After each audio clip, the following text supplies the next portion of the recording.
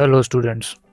तो आज मैं आपको छत्तीसगढ़ राज्य में जो आरक्षण की खबर चल रही है और उससे जो भी रिएक्शन हो रहा है, उससे जो भी चीज़ें हो रही हैं उनके बारे में मैं आपको जानकारी देने वाला हूँ।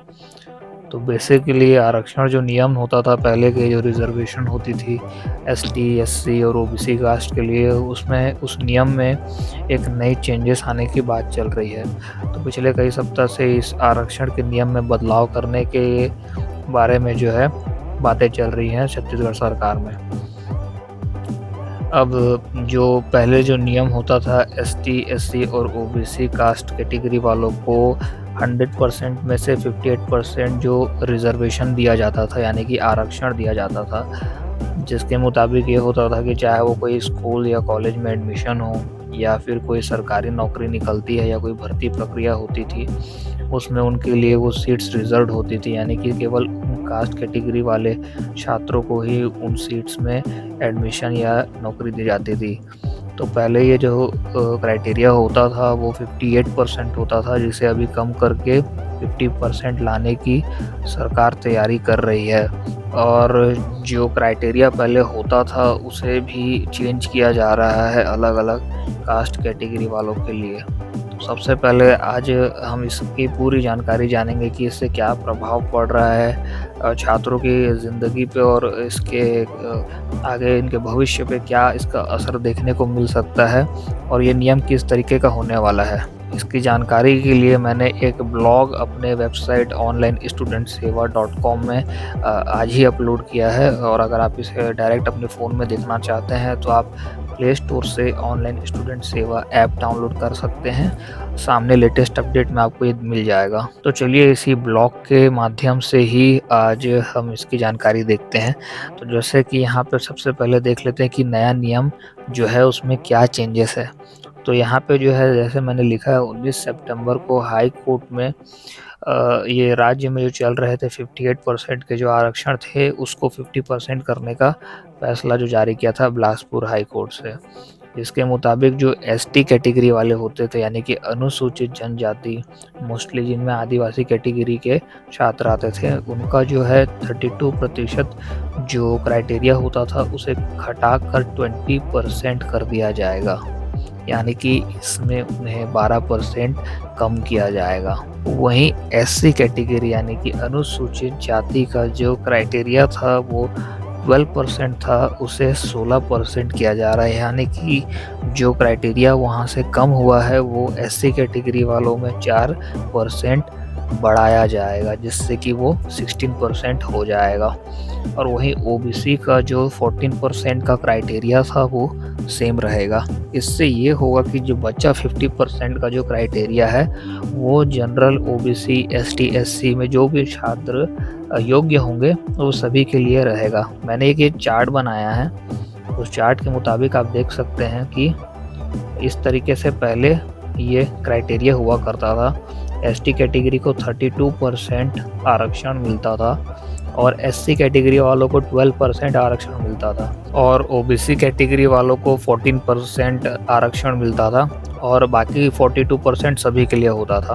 अब जो नया नियम आ रहा है उसका चार्ट देखिए।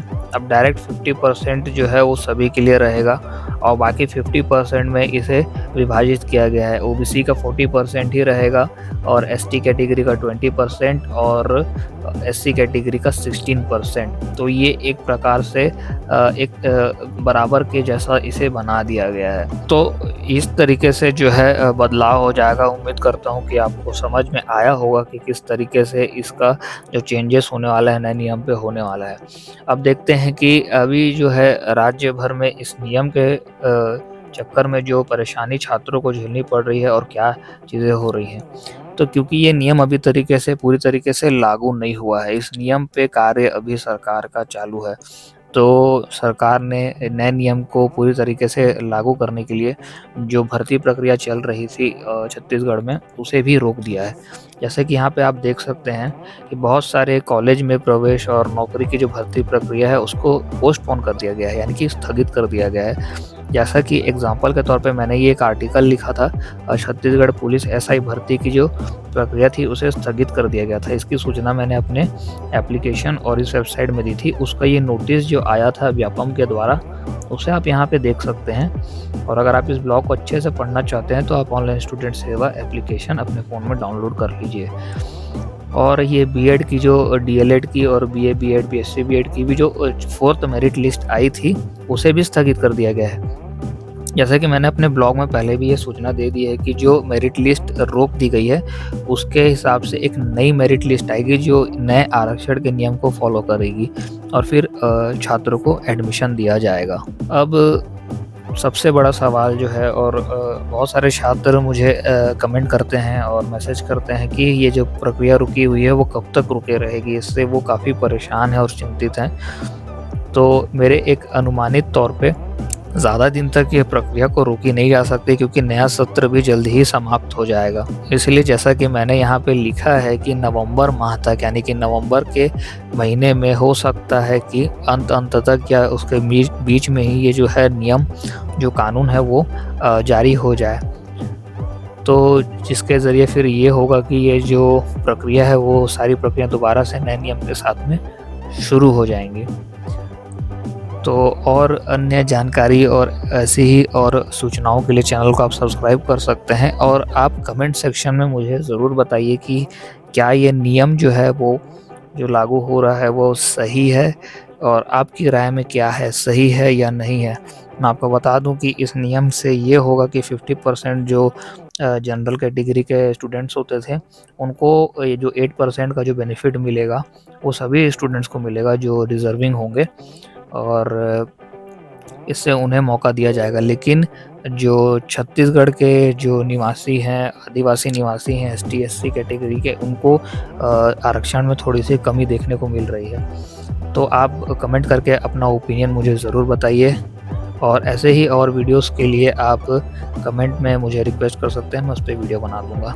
मिलते हैं अब नेक्स्ट वीडियो पे। डाउनलोड ज़रूर कीजिएगा ऑनलाइन स्टूडेंट सेवा ऐप।